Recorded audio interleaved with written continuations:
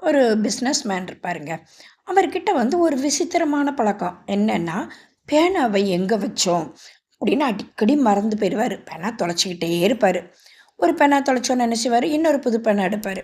இதனால நெறைய குறைஞ்ச விலை பேனாலாம் வாங்கி ஸ்டாக் வச்சிருப்பாரு. இருந்தா கூட இவருக்கு இந்த பழக்கத்தினால மனசுக்கு ரொம்ப கஷ்டமா இருக்கும். இத தன்னுடைய நண்பர்ட்ட வந்து சொல்லி வருத்தப்படுறாரு. "இப்படி நான் பேனாவ தொலைச்சுக்கிட்டே இருக்கேன்" அப்படின்னு. அந்த நண்பர் என்ன செய்தாரு, இவருக்கு வந்து ஒரு அழகான தங்க பேனாவ வாங்கி பரிசளிக்கிறாரு. ஒரு 6 மாசம் கழிச்சு அந்த நண்பர் வந்து அந்த பிசினஸ் மேன சந்திக்கும்போது, "ஏய் பாரு! நீ வாங்கி குடுத்த பேனா, நான் பத்திரமா வச்சிருக்கேன்" அப்படின்னு சொல்லி காமிக்கிறாரு. இதிலிருந்து என்னங்க தெரியுது?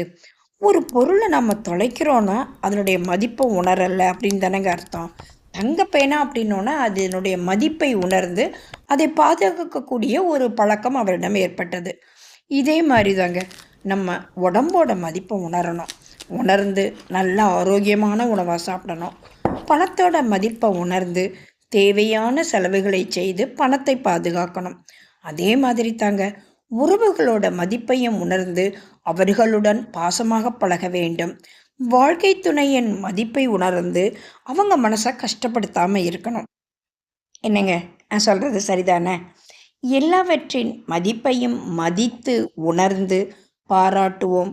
மகிழ்வோடு வாழ்வோம். சரிதானே?